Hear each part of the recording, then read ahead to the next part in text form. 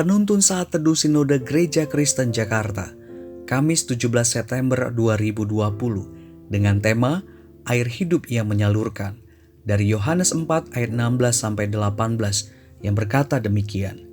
Kata Yesus kepadanya, "Pergilah, panggillah suamimu dan datang ke sini." Kata perempuan itu, "Aku tidak mempunyai suami."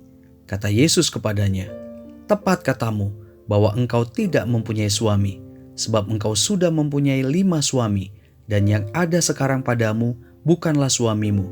Dalam hal ini engkau berkata benar." Saudara yang dikasihi Tuhan, pada umumnya orang-orang yang bertobat di Aniwa yang disaksikan oleh John Gibson Paton adalah para orang tua yang pernah membunuh anaknya sendiri. Roh Kudus menyalurkan kehidupan yang benar ke dalam jiwa mereka.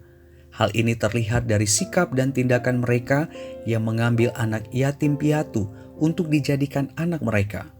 Ada juga kisah pertobatan suami yang membunuh istri pertamanya hanya untuk mendapatkan perempuan kedua. Keduanya, baik suami maupun perempuan kedua itu bertobat dan menerima kehidupan yang benar dari Roh Kudus.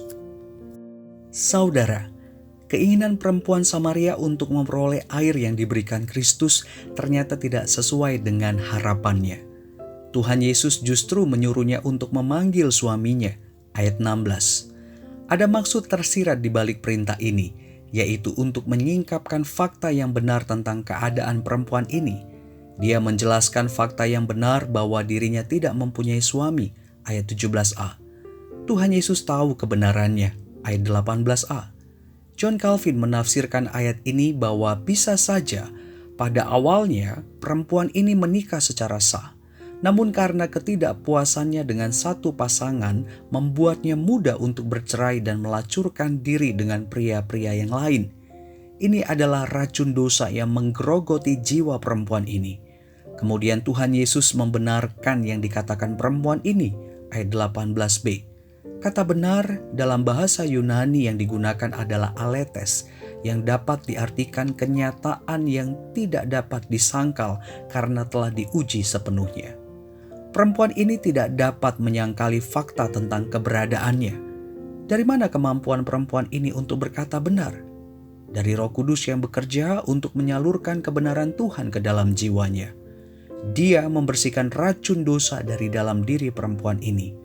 Sebelum dia menjadi misionaris Tuhan untuk memberitakan Injil keselamatan, maka racun dosanya harus dibuang.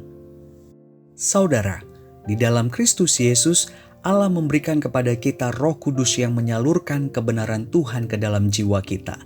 Yang semakin kita sukai adalah kebenaran Tuhan dan melakukan dalam hidup sehari-hari.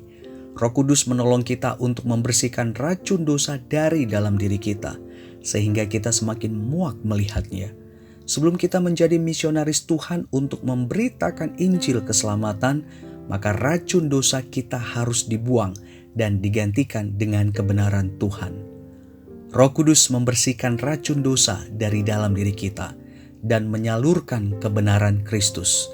Dengan demikian, kita akan siap menjadi misionaris Tuhan untuk memberitakan kebenarannya.